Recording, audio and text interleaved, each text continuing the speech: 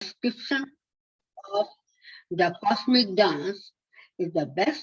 Randir, please, आपका स्वागत है. Please, you can start your presentation. Thank you so much. Namaskar.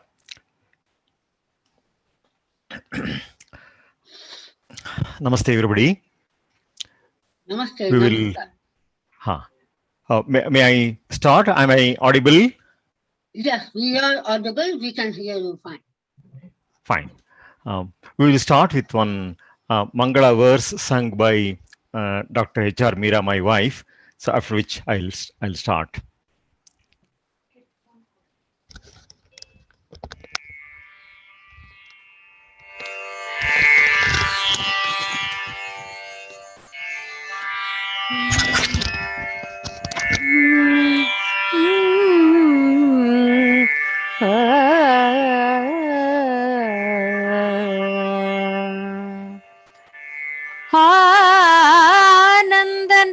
समये नटनायकस्य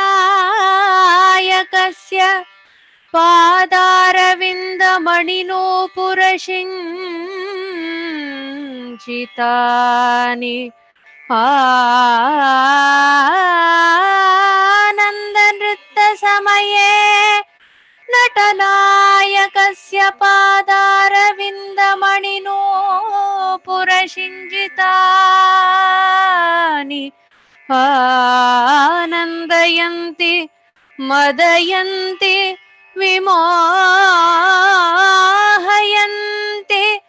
रोमाञ्चयन्ति नयनानि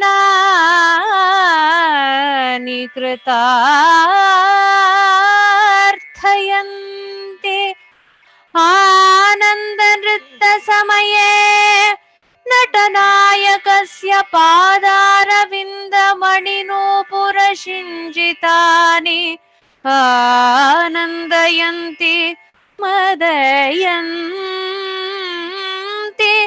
विमोहयन्ति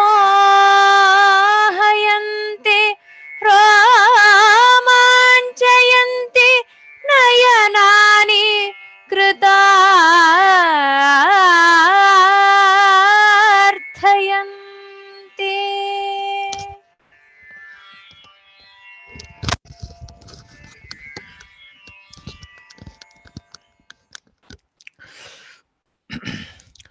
Om Namo Natarajaya Shuddha-jnana-swarupine Bhaktanam Hridaye Nityam Divyam Nrityam Prakurvate. I am extremely thankful to Srimati Arunaji for inviting me to speak before this august audience on a topic of very great importance in regard to both art and metaphysics. I'm going to speak about the metaphysical significance of the Mūrti of Naṭarāja. I'll be dealing with some of the issues like the interpretation provided by Ananda Kumara Swami and two more persons, Zimmer and Zwelibil, who have contributed much to the field, and how scientists have come to view the image of Nataraja and the description of Nataraja as given in, for example, the Chidambara Mahatmya, a manuscript of which I have, and then how Nataraja is a synthesis of science, religion, and art, and most important of all is the yogic interpretation of this Nataraja Murthy, the famous Ananda Tandava Murthy, which has escaped the notice of all interpreters of Nataraja, right from Ananda Kumara Swami to maybe David Smith or even later writers on Nataraja. We will see that some of the explanations here are indeed very novel and they are very fundamental. There is no dance program which does not start with Nataraja Puja. Of course, there are other divinities that are also famous for their dance. For example, Lord Krishna is famous for Navanita Natya. Nathasya Nanda Bhavane Navanita Natyam, says Vedanta Deshika. A text called Nartana Nirnaya refers to goddess Lakshmi as Maya Nati. In the Meghaduta of Kalidasa, there is a reference to the Sandhya Tandava at the Mahakala temple in Ujjaini. Sri Murthy is one of the best sources for the various views on Nataraja. There have been several approaches to the Mūrti of Naṭarāja, the artistic, the historical, theological, philosophical, scientific, archaeological, and so on. In this talk, the focus is primarily on symbolism, the yogic and spiritual aspects of the same. Now, prior to Kumaraswamy, we can see that there was a good deal of negative criticism about Indian art itself. For example, Baden-Powell, 1857 to 1941, had remarked, in a country like this, that is India, we must not expect to find anything that appeals to mind or deep feeling. That is the kind of reaction that was very common those days. And it was Ananda Kumaraswamy who turned the tide. Vincent Smith, for example, remarked, Indian sculpture, properly so called, hardly deserves to be reckoned as art. The figures of both men and animals become stiff and formal, and the idea of power is clumsily expressed by the multiplication of members. The many-headed, many-armed gods and goddesses whose images crowd the walls and roofs of medieval temples have no pretensions to beauty and are frequently hideous and grotesque. Alfred Maskell, these hideous deities with animals' heads and innumerable horns. Sir George Birdwood, who was otherwise quite sympathetic to many of the Indian causes, has this to say, the monstrous shapes of Puranic deities are unsuitable for the higher forms of artistic representation.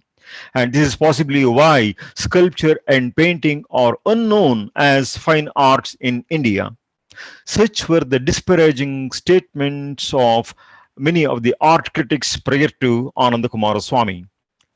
Ananda Kumaraswamy's contribution was very signal, as David Smith in his 1996 book, The Dance of Shiva, makes an appraisal of Ananda Kumaraswamy's contribution. He says, Kumaraswamy's training as a scientist, you must know that Kumaraswamy was a doctorate in geology. His training as a scientist, along with his scholarly attainments, enabled him to make dated through the 20th century. This is what David Smith says in his book published from the Cambridge University Press. Camille Zweilable takes note of Kumaraswamy's tremendous intuition through which he grasped the philosophical essence of Shiva's dance and, even in some seemingly minor points, foresaw the results of later research. And Ernest Havel, he remarked sympathetically, Indian art is essentially idealistic, mystic, symbolic, and transcendental. The artist is both priest and poet. In fact, this looks like more an adaptation of Ananda Kumaraswamy's idea that every man is a special kind of artist. The artist is not a special kind of man, but every man is a special kind of artist. Kumaraswamy stressed on the significance of Swadharma and Swakarma and shows how even the artist was a kind of a priest. In a work called The History of Dance, Clark and Crisp, so published in 1980, they bring out the contrast between Oriental art and Western art, especially with respect to dance. So the dance of the Orient in many cases remains in direct contact with the spiritual. In the West, the dance has lost this context. In neither folk nor theatrical dance can such a profound unity with the spiritual existence of a people can be seen. The dance in the West finds its richest sources not in man's relationship to God or to the natural world, but in man's concern with his own psyche. In other words, much of Western art or dance has narcissistic tendencies rather than the pursuit of some of the higher values of life. Dr. V. Raghavan has this to say: the Greek theory of terror, pity, and catharsis is scrappy by the side of the full rasa theory of Bharata, whose treatise is no more complete is more complete than Aristotle's poetics and rhetorics put together. So the theory of rasa is something that covers all the dimensions of the goal of art and the essence of art and so on. Abhinavagupta, that doyen of Indian art and philosophy, has this to say regarding the role and goal of music and dance. He says, Swagata Krodha Shokadi Vishankata Hridaya Granthi Bhanjanaya Gitadi Prakriya cha Munina Virachita. We may render it summarily as it is for the purpose of sundering the tough knots of the heart, Hridaya Granthi, such as anger, grief, and so on, in one's own self, that the sage Bharata designed such music and allied arts. The concept of Antaryaga and Bahiryaga are very clearly laid out in our Tantric and Agama texts. For example, Ahirbudhya Samhita makes a clear statement regarding the yaga that is performed within first to be followed by the yaga outside. The Ahirbudhya Samhita text says, Hridyagam prathamam kuryat nayatendriya manasaha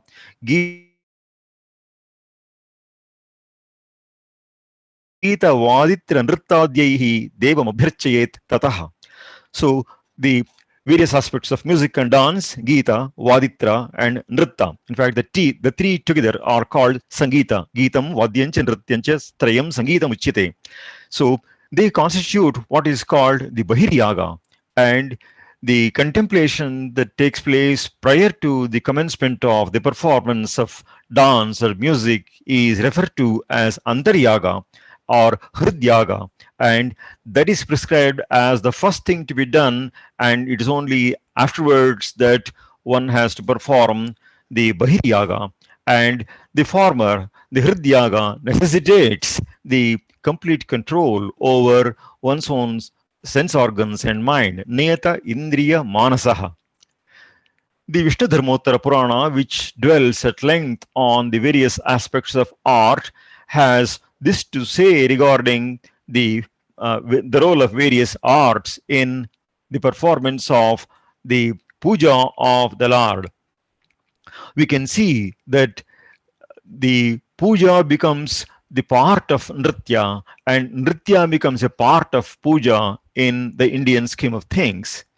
The statement of Vishnu Dharmottara Purana is, Sopi tushyati nrittena samyagaradhito haraha anyecha devas tushyanti samyang nrittena toshitaha.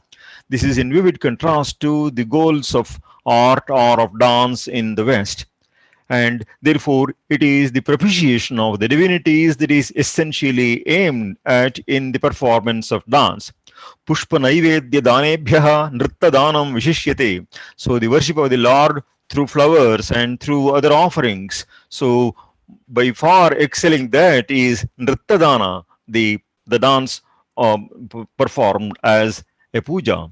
Swayam nrittena yah kurya deva devasya pujanam visheshena mahabhaga tasya tushyati Keshavaha.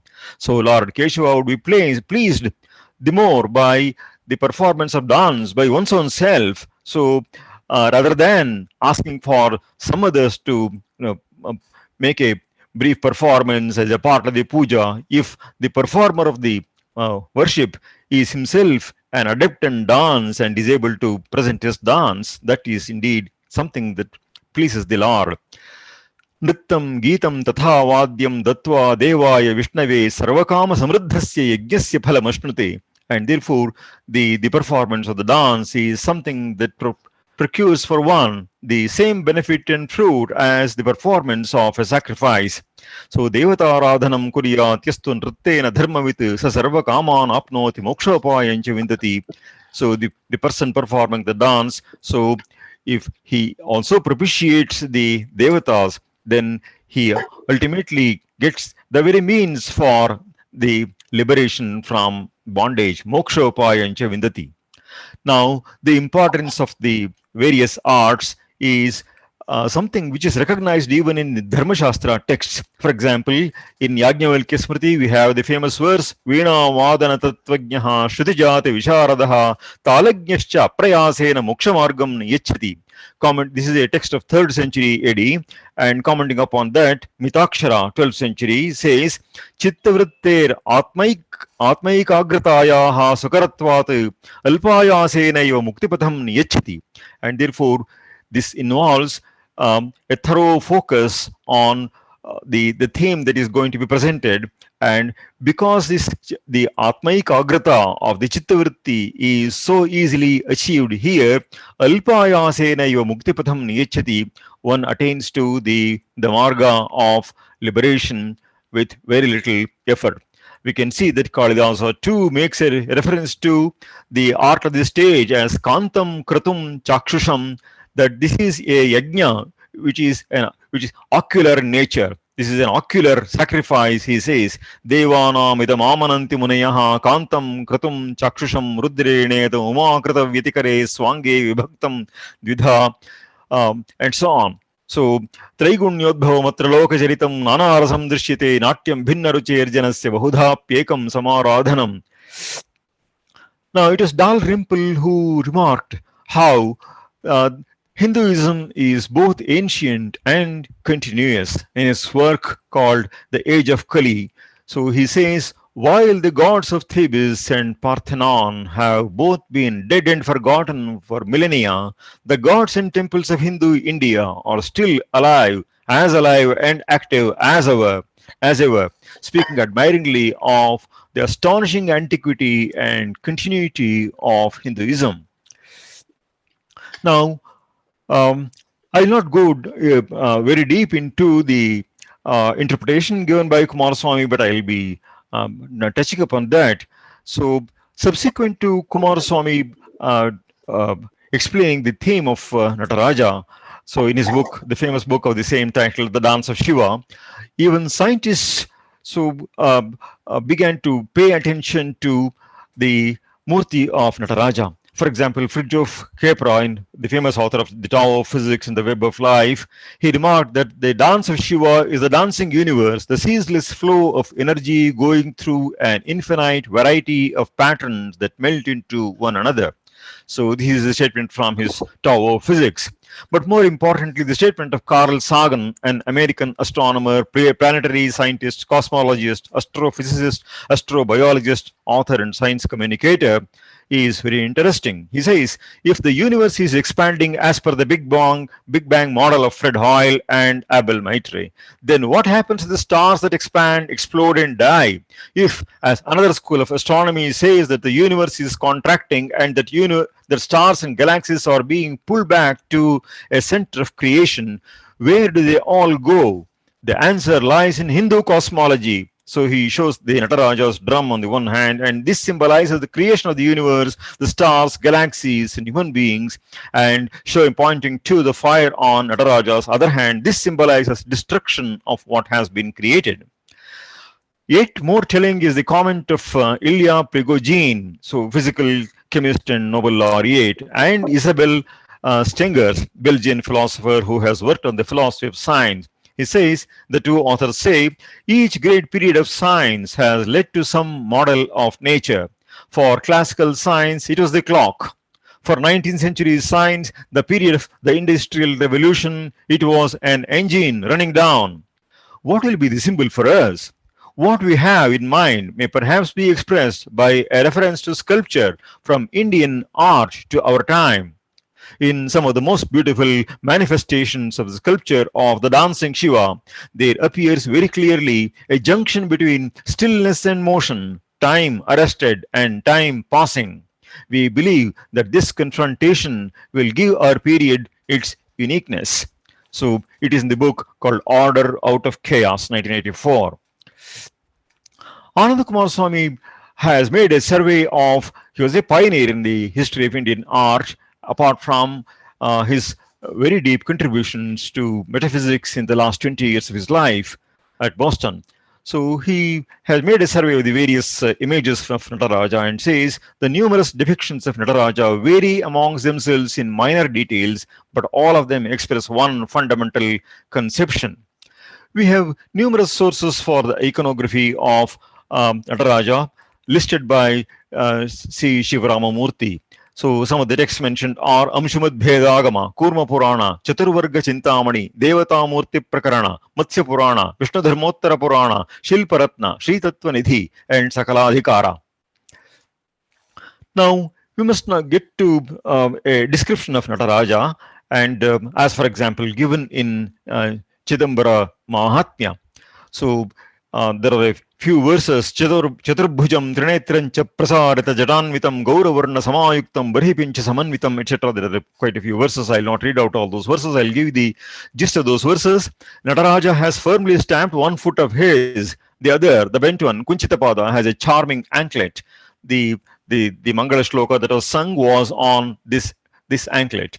The left hand is also a little bent, Kinchit Akunchita. The no fear hand, Abhayakara Kara, has a serpentine bangle. The moving drum and blazing fire adorn the other two hands. He has the masculine and feminine ear ornaments adorning the right and the left ears. A not too conspicuous smile beautifies his face. The Ganges, the serpent, and the young digit of the moon bedeck his tawny matted hair.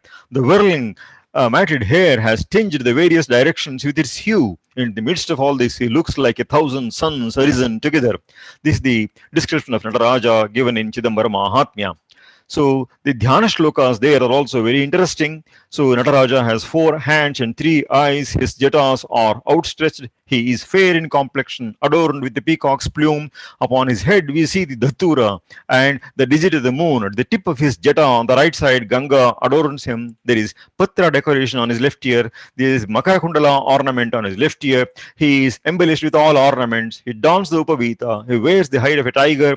On his foot is the anklet. While the left hand is stretched, the right one sports the Abhaya Mudra, freedom from fear. Another right hand holds Damaru, while the left one holds fire. The right foot is a little bent and is placed over Apasmara. The left foot is shot upwards and the tip of the toe follows the right one. 3 contemporary interpretations may be considered: Ananda Kumar Swami, 1877 to 1947, Heinrich Zimmer, 1890 to 1943, and Camille Zweilable, 1927 to 2009. So their studies are standing approximately at the beginning, middle, and end of the 20th century. Now, I'll read out some statement of Ananda Kumar Swami. He says, the images then represent Shiva dancing, having 4 hands with braided and jeweled hair, of which the lower locks are whirling in the dance. In his hair may be seen a wreathing cobra, a skull, a mermaid figure of Ganga. Upon it rests the crescent moon, and it is crowned with a wreath of cassia leaves. In his right ear, he wears a man's earring, a woman's in the left. He is adorned with necklaces and armlets, a chief part of his dress consisting of tightly fitting breeches, and he also wears a fluttering scarf and sacred thread. One right hand holds a drum and the other is uplifted in the sign of do not fear. One left holds fire and the other points down to upon the demon Moyalaka, a dwarf holding a cobra, and the left foot is raised. There is a lotus pedestal from which springs an encircling glory, or Tiruvasi, as it is called in Tamil, fringed with flame and touched within by the hands holding drum and fire. The images are of all size, rarely if ever exceeding 4 feet in total height. The dance of Shiva is famously performing the Panchakritya of Nataraja, namely Srishti, Sthiti, Samhara, Tirobhava, and Anugraha. Srishti, Sthiti, and Samhara are very famous. Tirobhava refers to wheeling or embodiment or illusion, also giving rest, and Anugraha refers to release and salvation and grace. So these are the words of Kumara Swami. And the essence of Shiva's dance is given in this sentence of Kumara Swami. The essential significance of Shiva's dance is threefold. First, it is the image of his rhythmic play as the source of all movement within the cosmos, which is represented by the arch. the Tiruvasi. Secondly, the purpose of his dance is to release the countless souls of men from the snare of illusion. And thirdly, the place of the dance, Chidambaram, the center of the universe, is within the heart. Kumasam also shows how Nataraja, this image of Nataraja, is a synthesis of science, religion, and art. How amazing the range of thought and sympathy of those Rishi artists who first conceived such a type as this, affording an image of reality, a key to the complex tissue of life, a theory of nature, not merely satisfactory to a single clique or race, nor acceptable to the thinkers of one century only, but universal in its appeal to the philosopher, the lover, and the artist of all ages and all countries. And no artist of today, however great, says Kumaraswamy, could more exactly or more wisely create an image of that energy which science must postulate behind all phenomena. Kumaraswamy's ability to reconcile time and eternity. In fact, there is a book by that very name. That was the last book that Kumaraswamy wrote. And the alternations of phase extending over vast regions of space and great tracts of time reveal his imposing blend of scientific thinking and artistic imagination. Alluding to the theme of cyclicity embodied in the sculpture, Kumaraswamy succinctly remarks, "This is poetry, but nonetheless science." Returning to the image of Nataraja in his later book, History of Indian and Indonesian Art, he says, "The movement of the dancing figure is so admirably balanced that while it fills all space, it seems nevertheless to be at rest, in the sense that a spinning top or a gyrostat is at rest, thus realizing the unity and simultaneity of the five activities." Now, this should look most paradoxical, but the analogy he gives makes the concept very clear of this spinning top, so which seems to be sleeping as it were, but it is yet in motion. So it looks so still, but is in continuous vigorous motion. So this blend of the simultaneity, the five activities, is very well reflected in this icon of Nataraja.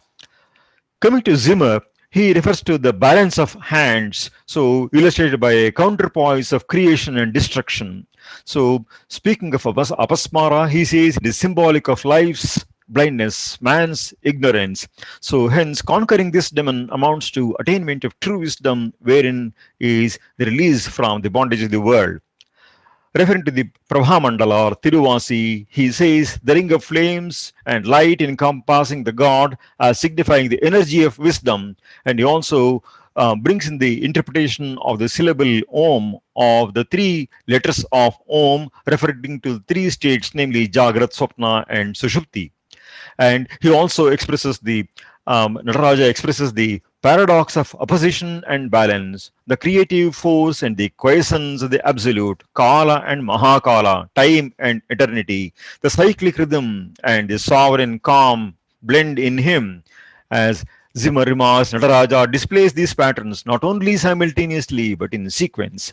Elsewhere he notes the tension between the marvel of the dance and the serene tranquility of his expressively inexpressive countenance. Shiva is the embodiment of super death, Yamantaka. So, and he, at the same time as Shishu, the babe, the crescent moon, Shiva is sheer delight, the most auspicious thing to see, a promise of life and life. Shiva is apparently those two opposite things, the archetypal ascetic and the archetypal dancer, total tranquility and total activity. So thus we find in Shiva a marvelous blending of opposites. He says the dance, like life itself, is a mixture of the terrific and the auspicious, a juxtaposition and unification of destruction, death, and vital triumph, the volcanic bursting of the lavas of life. Now this summarizes the interpretation given by Zimmer. And coming to Zulebil, he says the most important characteristic mark of Ananda Tandava is the left leg lifted and bent. It's kunchita, with the simultaneous twist of the left hip to the front. And the upon the head of Shiva, we find peacock feathers and also the Kirata Murti and the Jata. So this shows a blend of the Kirata Murti Shiva as hunter and Nataraja Murti Shiva as dancer. The principle of contrast in art exemplified by the hideous grinning skull Kapala set close to the charming mermaid Ganga. So this shows the principle of contrast in art. He also makes a reference to the beauty of the crescent moon and the crest as above all a symbol of beauty. The third eye, vertically placed on his forehead, adds charm to his face like a tilak on the forehead of Indian women. The three eyes represent the sun, the moon, and the Agni, sometimes called Mutti in Tamil. So, Ti is fire. He observes with Shivarama Murthy the way that the wavy line of the Jeta is wonderfully matched by the undulating form of the snake, remarking on how this is then reinforced by the fact that the curls of God's hair have snakes entwined in them. So the he makes out the significance of Damaru because of its form resembling two triangles. It symbolizes the unity of the male and the female principles, and the presence of the cobra, the moon, and Ganga on the head of large Nataraja. He says the cobra on the head emits deadly poison that results in death, whereas the moon emits rays of ambrosia which assure immortality. The laughing skull laughs at those who consider the world and themselves eternal. The crescent moon is a symbol of growth and eternity. Ganga is a symbol of sustenance of life, and the snake the symbol of transmigration of the eternal soul from one body to another.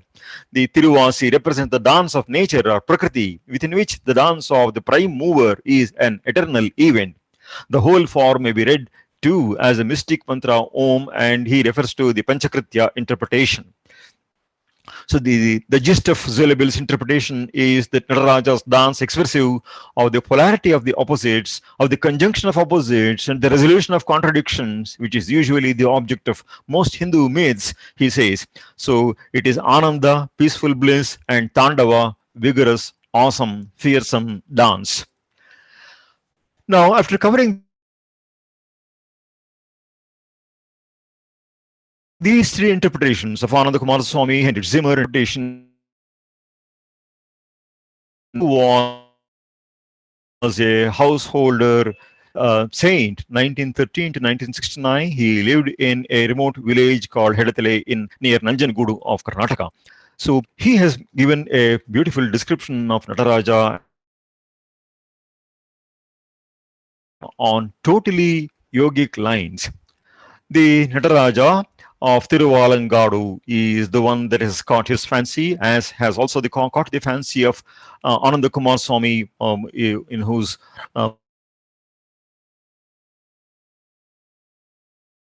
book the frontispiece picture is of Nataraja, pygmy figure Apasmara on a pedestal. The original Prabhavali encircling the figure is now broken and missing. The matted hair tied at the top but spread far and wide at the bottom is also missing. The pose, so this Tiruvalangadu Murthy is there in the Madras Museum, so which he had visited. The pose depicts the culmination of various dancing movements and simultaneously the static position reached in conclusion. The waist has been sculpted as befits a dancer in terms of its shape and slenderness. Also typical of a dancer is the flowing waistband wrapped around the diaphragm with a loop that is suggestive of the movement of the body. There are three bends, one at the knee, another at the hip, and the third at the neck, constituting the famed Tribhangi of the dance. The outstretched hands are collinear. So the two hands, one can easily see that the tip of the hind hands at the left and the right are exactly in the same line. The knee of the Nataraja's right foot is bent, obviously conducing to balance in standing.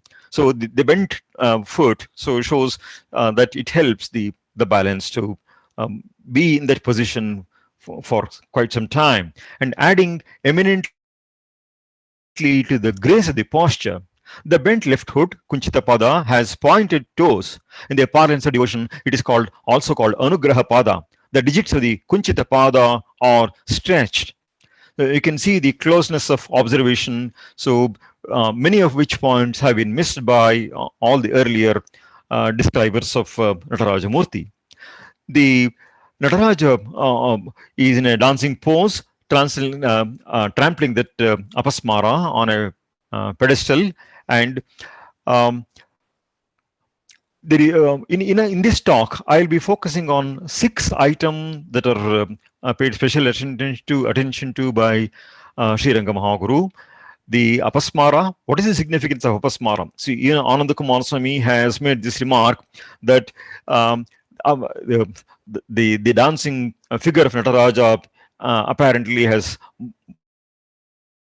broken the back of the pygmy figure of apasmara. So, what exactly is the significance? So, we are puzzled by the issue of this being called Ananda Tandava Murthy, but there is a crouching figure which is trampled by Nataraja, so which looks extremely cruel. So, what exactly is the significance of this? Why was this introduced? So, the other items that we'll be focusing on are the forearms, the head and the face, and the items adorning the head, the skull, the plume, the flower, the Ardhanarishwara form, and lastly, the yogic bandhas or the bonds. The figure of Nataraja is very much larger than the crouching figure of Apasmara, known also as Moyalaka in Tamil. Apasmara holds a serpent in his hand, which has raised its head and spread its hood. Nataraja's right foot presses down on the back of Apasmara, almost matching in length his spine. So you can see that um, the length of Nataraja's foot is from the starting of the hip to the point of the neck. So it stretches almost exactly to that length. So matching the length of the spine of Apasmara, rather than being depicted as writhing in pain consequent to the trampling of Nataraja, Apasmara is shown with his head a little raised and puzzlingly with a gentle, though not too very conspicuous, smile on his face.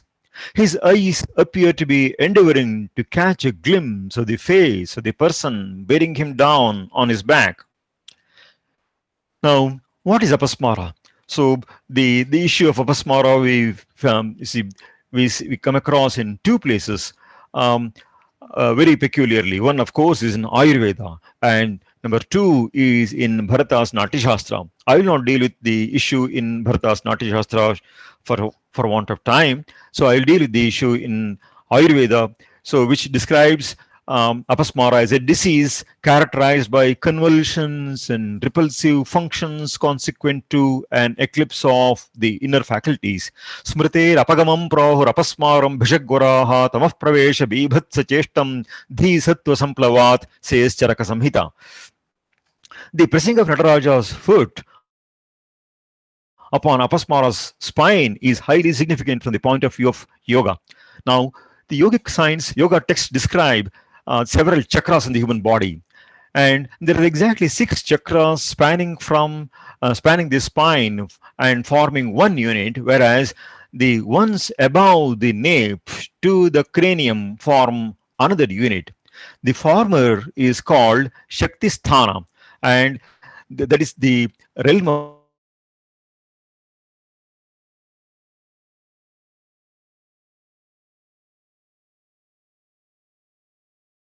Shakti, and the latter is Parimurdhantam Shambhavam Sthanam Uchyate, say the yogic texts.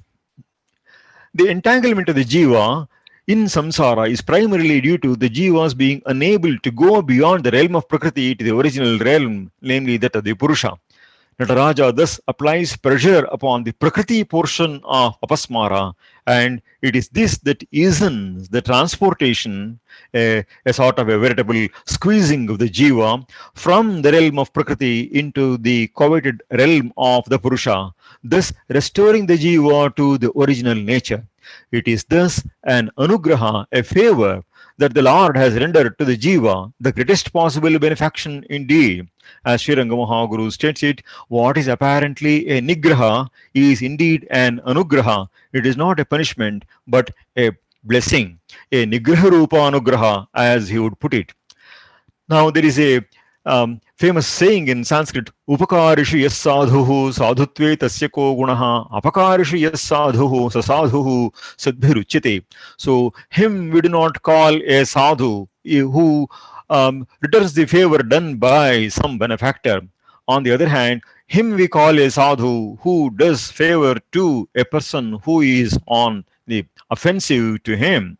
Now, if you can see, from the Chidambara Mahatmya, the sages who turned against Lord Shiva, unable to understand his greatness, they set this apasmara as a sort of a bhuta. There is a beautiful description in Chidambara Mahatmya of that bhuta that they set upon Nataraja, Lord Shiva, to destroy him, actually speaking. And it was with that intention he advanced menacingly towards Nataraja. And for him, Nataraja has done a favor.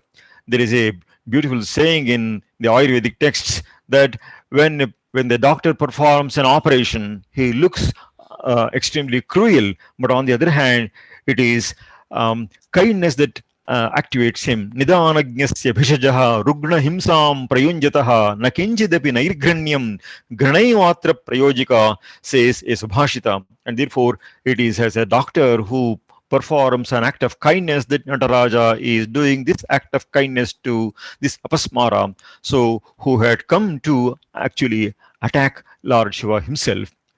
So it is because of this reason that Apasmara is able to raise his head literally too.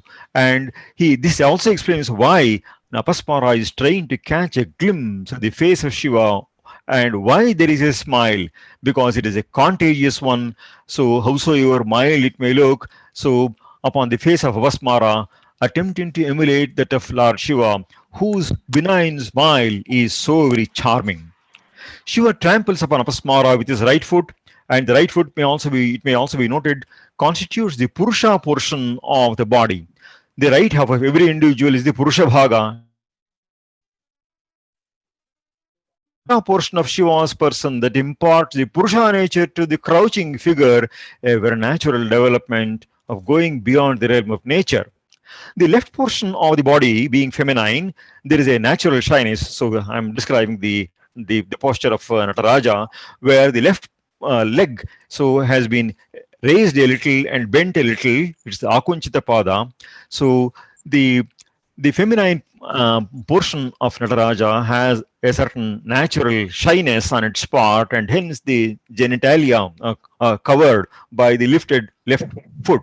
So modern ugly perversions apart, the feminine is naturally the more bashful, and this particular still posture of Nataraja thus also achieves the covering up of the enigmatic portion of the body in a very graceful and natural manner, issuing as a matter of course in the course of performance.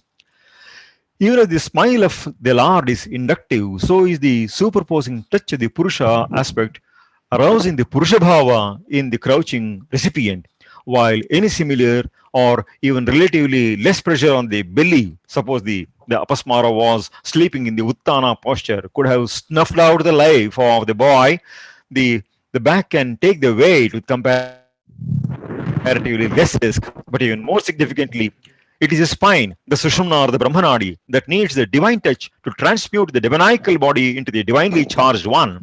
The very intention of the Lord is thus the liberation of this Jiva, whose name itself is Mr. Amnesia. Apasmara means that, equivalent to self-forgetfulness at its extreme. Apasmara is the very antithesis of the knowledge that liberates, the knowledge that the Lord Shiva is an embodiment of.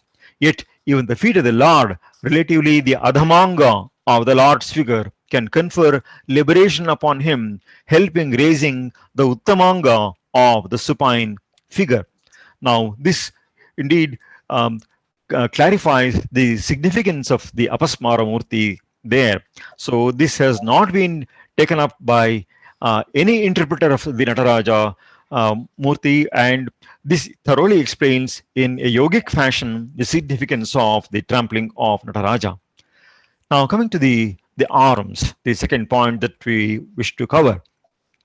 The image has 4 arms, 2 normal ones in front and 2 additional ones closely behind, but attached to the frontal ones, which seem to sprout from the shoulder joints. The front arms are both turned rightwards, and the left one is stretched to the right so as to cover the bosom. So, and it's technically known as Gajahasta or Dandahasta, and it is bent at the end with the fingers pointing towards the left foot, called Kunchita Pada, and this is also known as the Anugraha Pada. And those who seek liberation may seek the same through my Kunchita Pada it seems to convey. The message is conveyed there. The front right arm is positioned in the gesture of Abhaya Mudra, or the promise of freedom from fear. And as for the hind arms, they are stretched sideways. The left arm is bent at the elbow, accentuating its beauty. And this Ardhachandra hand holds a blazing fire. The issue of Prana and Apana in this Yoga Murti. The right arm in the rear holds a hand drum or damaru, which Shiva appears to be sounding gently. The fire and the drum respectively represent Prana and Apana, the twin aspects of the upward and downward flow of the vital energy, there being a general equation between Apana and Agni. In fact, the Damaru itself symbolizes the movements of Prana and Apana, for the alternation of the two strings of this drum expresses the movement of the Jiva. In this balance or harmony between Prana and Apana is what is considered the very essence of Pranayama. Now, in the Bhagavad Gita also, Prana Apana Samau Kritva is what is very clearly stated. So you can see that the collinearity of the two arms, so one showing Prana and the other showing Apana or Agni, is very clearly visible there. So the very word Nada itself is a representation of the combination of Prana and Apana. Nakaram Prananamanam Dakaram Analam Viduhu Jatah Pranagya Sanyogat Nada Nama Abhidhiyate. So now this also has this important aspect of, see what, for example, Nada Bindu Upanishad calls as Manonmani. Now, in this avastha, we can find that the Nada is something that is very, very gently being made, and there is also the sthiti of what is called Nadanta. And you can see that the right ear of Nataraja seems to be avidly listening to the Nada that is being produced there. So, Nado Yavan Manastavat Nadante tu Manonmani. The Manonmani state is described in Yogataravali very clearly. Netre yayonmesha nimesha shunye vayuryaya varjita rechapuraha manascha sankalpa vikalpa shunyam manonmani sa mai sannidhattam. Looking at the face of Nataraja, one gets immediately aware of a special feature, namely the third eye set vertically in the forehead. The vertical extremes of this tilaka shaped eye touch the rim of the headdress at the top and the point between the two eyebrows at the bottom. The pupils of all the three eyes, Sri Rangamahaguru noted, appear equidistant. They form an equilateral triangle. It is common to refer to the two eyes of the Lord as the sun and the moon. For example, even in the Dhyana Shloka of Vishnu Sahasranama or the much older Mundaka Upanishad, we have Chandra Surya Uchanetre and so on. The third eye, known as the eye of knowledge, is commonly represented as the eye of fire. This trinity of fires is actually a representation of the trinity of luminaries, namely the sun, the moon, and the fire, as indicated in Mundaka Upanishad, for example, Agnir Murdha, Chakshushi, Chandrasurya, and so on. While the third eye is closed, the horizontal eyes are depicted as open. What is the significance of this? This is also an indication of a special yogic condition. So this is called Shambhavi Mudra. So the eyes are open, but the gaze is turned inwards. So the yogic text describe this as Antarlakshyam Bahirdrishtihi Nimeshonmesha Varjita Esha Sa Shambhavi Mudra Sarvatantresh Gopita. The left eyebrow of Nataraja is considerably raised, which indicates a high state of mind. Now, this is also very clearly stated in yogic texts. So, the ecstatic state of Nataraja is borne out by his facial expression. An ineffable, gentle smile adorns his face. There is an asymmetry noticeable in the smile, recognized only upon a close observation. The left portion of the smile has a certain femininity, with a visible dimple on the left cheek, while the right portion is somewhat tinged by restraint, as the dimple is hardly obvious. Once again, the lower lip is a little projected forward, as against the upper one, which is a little drawn back. So these also point out the Paurusha and the Prakritika aspects of the person here. The nostrils betray features of deep inhalation followed by the retention of breath. So thus indicative of the Kevala Kumbhaka Avastha or stilled retention. Coming to Shiva's headdress, so it incorporates his matted hair, Ganga, the sacred river, on his head. is actually recognized as a symbol of knowledge. So a reference to that, so one can immediately recall in the Kashi Panchaka of Shankara Bhagavad-pada Vyapini Jnana Ganga. Atop the right ear is a floral ornament suggestive of a serpent. It is in all probability an atasi flower, so the common flax, or the palasha, Butea monosperma. Above the same is an arca flower, Calotropis gigantea, in three layers. Moving further on, we notice a serpent, its hood open. Between the serpent and the left ear, there is a single digit crescent moon. Serving as a backdrop to all the objects of headdress is a crest of peacock plumes.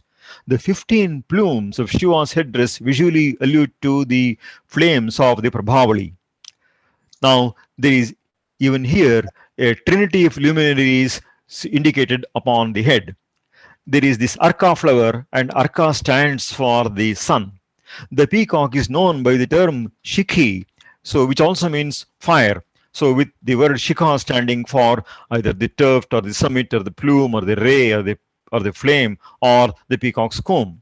Thus, these two symbolize the sun and the fire. So Surya and Agni, and along with the moon, they form a trinity of luminaries, reinforcing the symbolism of Shiva's three eyes, and which in turn symbolize Srishti, Sthiti, and Laya. The moon on the left side has another significance. So it is there on the left side, not on the right side. It is indicative of the Ida Nadi, so also called the Chandra Nadi. And the serpent with its open hood refers to the Kundalini serpent raised in its aroused and arisen state. There is a famous statement, for example, in Sharada Tilaka, which says, Mulon Nidra Bhujangaraja Mahishim Yantim Sushumnantaram Bhitva Dhara Samuhama Shivilisat Saudamani Sannibam Vyomam Bhojam Gatendu Mandala Galat Divyamrta Ughaplutam Sambhavya Swagrahangatam Punarimam Sanchintayet Kundalim. So, the presence of all these on the head of Nataraja is itself significant. As stated in the Narada Parivrajaka Upanishad, the head is the place of Turiya, the fourth state. So the other three being the wakeful, the dream, and the deep sleep states. So Turiyam Murthy Samsthitam, and it is the place which is called Uttamanga. In fact, the reason for calling the head as the Uttamanga is given in Ayurvedic texts. For example, Charaka Samhita says, Pranav Pranabhrutam Yatra Shritas Sarvendriyanicha Yaduttamanga Manganam Shirastada Vidhiyate. So this is the apex sensorium. So, and all the pranas are also ultimately linked there. So Sarvendriyani and Sarva Pranas. Coming to the Ardhanarishvara aspect, we have seen the same represented in Kalidasa's shloka as Rudrenedam Umakrata Vitikare Swange Vibhaktam Dvidha. I am leaving out quite a few details because of paucity of time. I'm already coming to the close to the end of an hour. I should be able to finish in about 10-15 minutes, and perhaps there could be some questions and answers. The left ear of Nataraja has a Patra Kundala, a leaf ornament typically worn by women, and the right ear has a Makara Kundala, so the crocodile ornament worn typically by men. The masculine-feminine contrast is also evident in the depiction of the fingers of the left hands and the right hands, as to the toes of the left foot and the right foot. The ones on the left look slenderer, tenderer, and more graceful as against the right ones. Now, there is also a beautiful representation of the three bandhas on the person of Nataraja. So, the three bandhas are referred to as Mula Bandha, Udyana Bandha, and Jalandhara Bandha. And it is when these three bandhas are formed in the body in the high state of yoga that one attains the state of samadhi, the supreme state. Jalandhar Odyanana Mula Bandhan, Jalpanti Kanthodara Payu Mulan, Bandhatrayesmin Parichiyamane, Bandhakuto Daruna Kala Pashat. So the Mula Bandha is at the base of the spine, and Udyana Bandha is at the waist, and Jalandhara Bandha is at the point of the throat. So Kantha Udara Payu Mulan and Bandhatrayes. So when these three bandhas are locks that are mastered, so where could there be fear of the Daruna Kala or the fears death? Now, it was Sriranga Mahaguru who could demonstrate the formation of the three bandhas naturally, even without any external effort. So, in the high yogic states, now you must note that the state of the bandha in the sense of bondage and the state of liberation, they are all possible in the same being.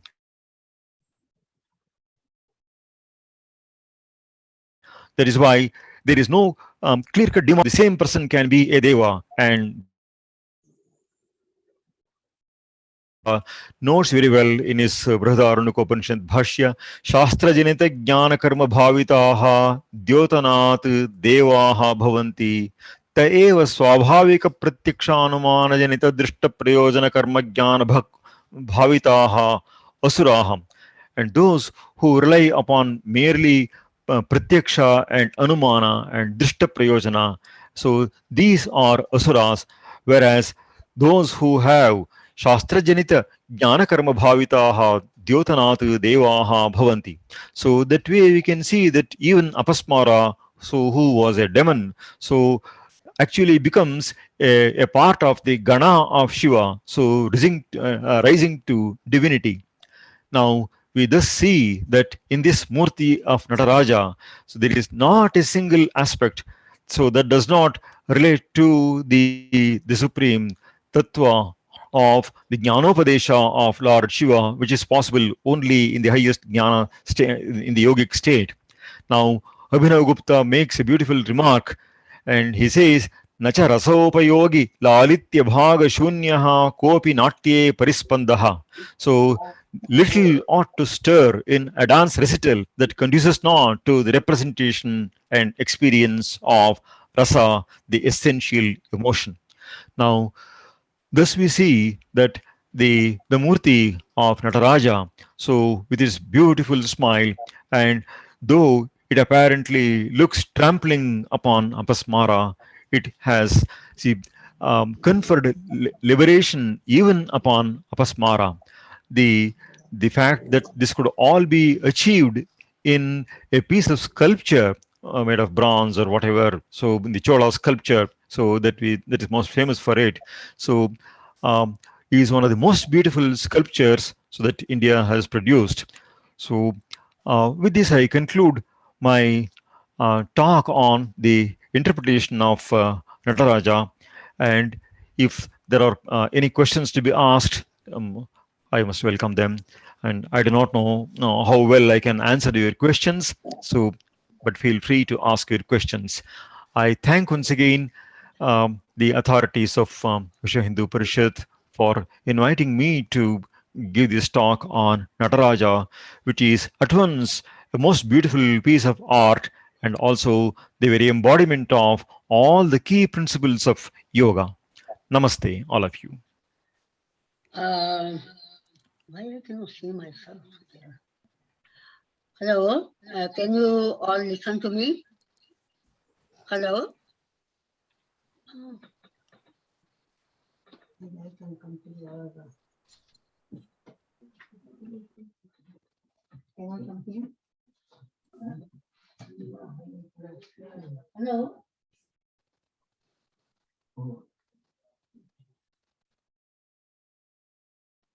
Namaste.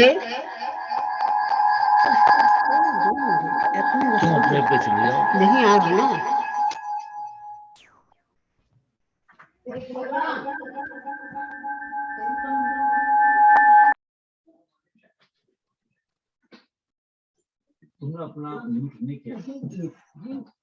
I cannot see myself here. Yeah, he's done. Yeah, I'm making actually. But can I use it? There in the Madras Museum. And that is the one that we find in the frontispiece of Ananda Kumara Swami's book, The Dance of Shiva, published 1913. And it is also there in C. Shivarama Murthy's book, so on Nataraja in Indian art and thought and literature. So, and then Um, okay, so why are our school books? So why do they not contain such details about? Okay, I think I can show this image of Nataraja. So it may be showing the reverse one. This is the book of C. Murthy. So which shows the image of Nataraja. So yeah, this is Murthy in art, thought, and literature. Nataraja in art, thought, and literature. The earliest references to the Shiva as dancer. So we get even in the Mahabharata and in many Puranas we get. Of course, the date of many of these texts is a bit difficult to say, but Lord Shiva as dancer is uh, very much in currency right from the date of say Mahabharata, for example. Of course, in Natya Shastra, we have the uh, description of Shiva as the dancer, Rechakair Angaharaischa Nrityantam Vikshya Shankaram. So is Ityapi Bruvata Spashtam Tadeva Munana Kritam. So these are the words from Bharata's Natya Shastra. And in see the Mahabharata, we have the expressions like Nritya Priyo Nitya Narto Nartakaha Sarvalalasaha and so on. Naga Yajnopaviti cha Naga Charmottarachadaha Hasate Gayate Chaiva Nrityate cha Manoharam. So all these references point to the description of Lord Shiva as the dancer, and Lord Shiva is also a master in various um, musical instruments and so on. Venavi, Panavi, Tali, Khali, Kalakatankataha, Sarvaturya Ninadi cha, Sarvatodya Parigraha, and so on. So even the Shiva Sahasranama portion of the Mahabharata also we get many such descriptions, and Lord Shiva is referred to in for example, Katha Sarit Sagara as Aragamapi Ragadhya Rachana Chaturam Param Haram Navanamashchirya Sarga Chitrakaram Numaha as a great painter, as an artist, and in Vayu Purana, the mastery of the various so on. So the Natya Shastra says he is Natyopahara Lubdha. That means he is one who is charmed by the presentation of dance, so as an act of worship. And thus we get numerous descriptions of Lord Shiva as the dancer par excellence. So um, in the famous stotra of Bhattanayaka, we find the statement Namastrailokya Nirmana Kavaye Shambhave Yataha Pratikshanam Jagannatya Prayoga Risiko Janaha. So there is one more question here. The Apasmara you have referred, does it have any parallel to Shani Deva, who was also kept under Shiva's feet, as I know in popular lore of common folk? Please clarify. Also, is there a difference between Shiva Tandava dance and this dancing form of Shiva? This itself is what is known as the Ananda Tandava of Shiva. So, I do not know of the equivalence between Shani and Apasmara. So, the literature is very vast and varied. One must make a concerted study of the texts to get to know whether there is any equivalence between the two. There is one more, this one from Gopal Gopinath. Some research had been reported to connect Nataraja Murthy and supernova event visible in the sky in the later part of 1000 AD. This Murthy form is also linked to Orion's belt constellation. Any thoughts on this stream of research?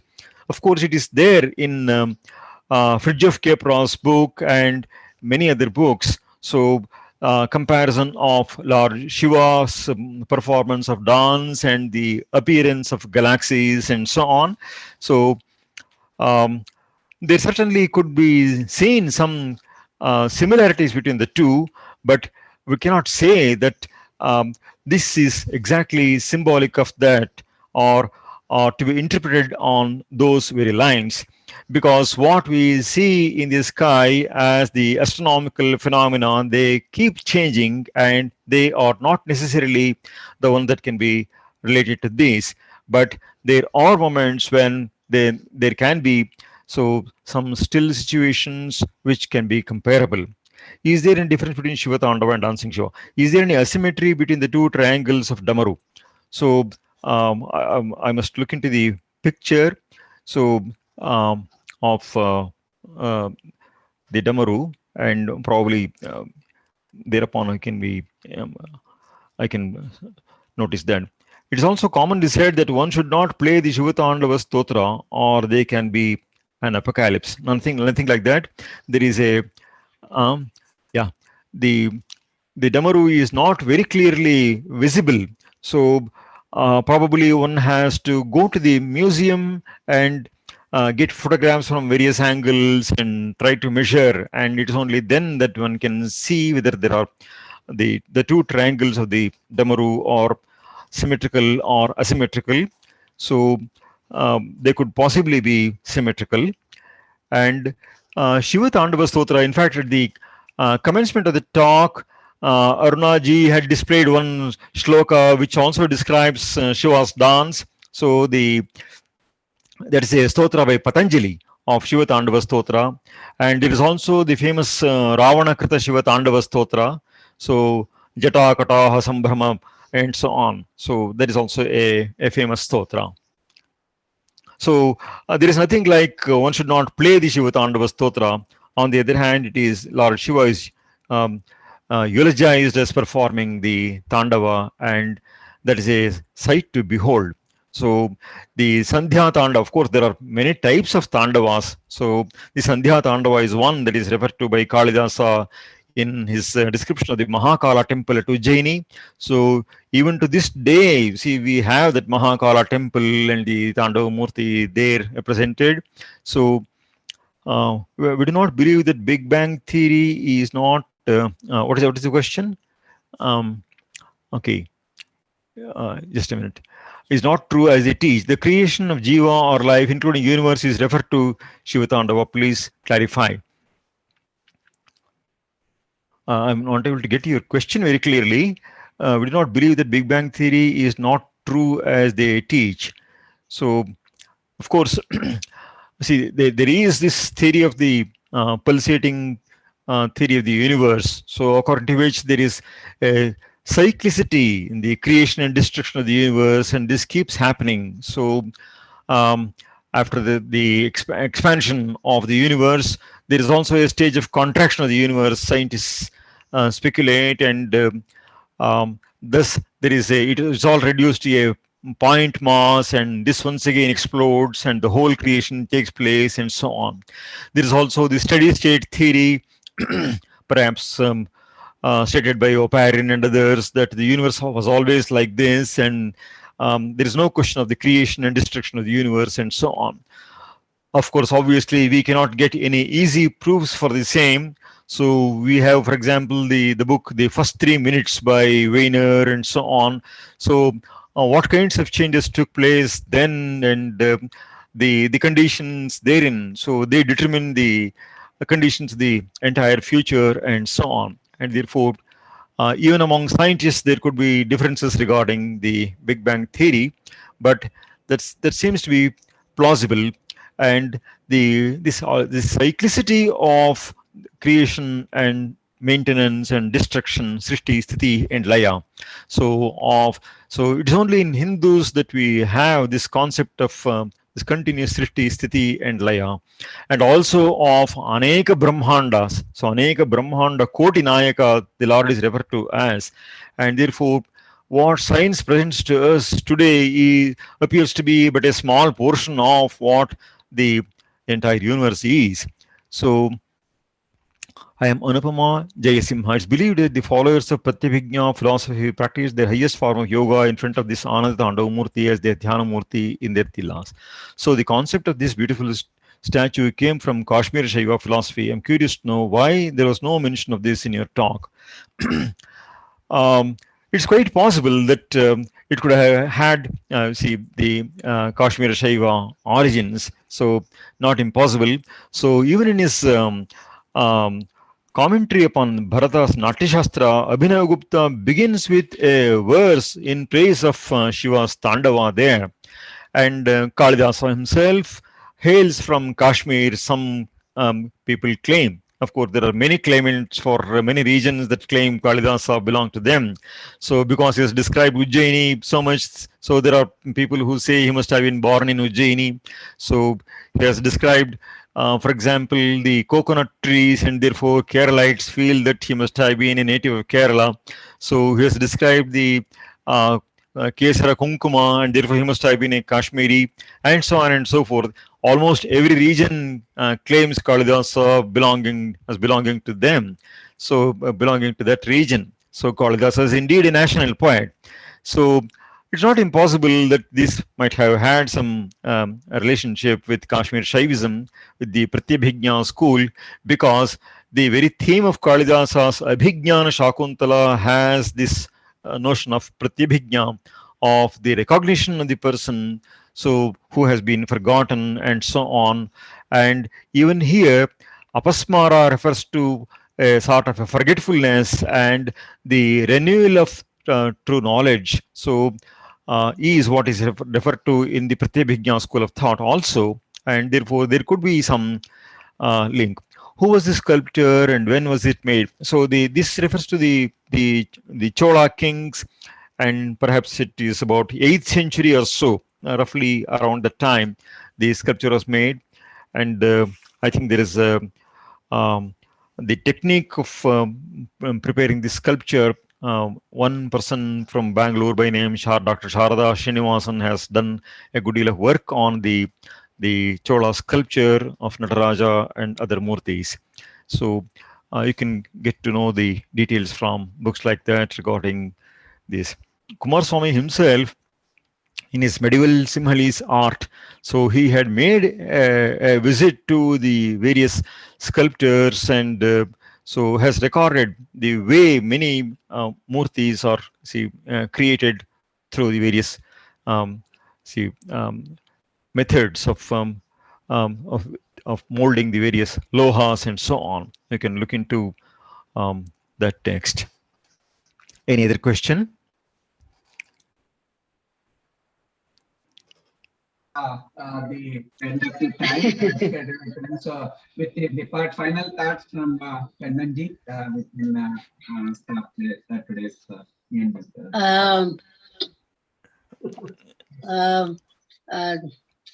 I would like to thank you again, Shri Kannan, for your presentation, and we will be very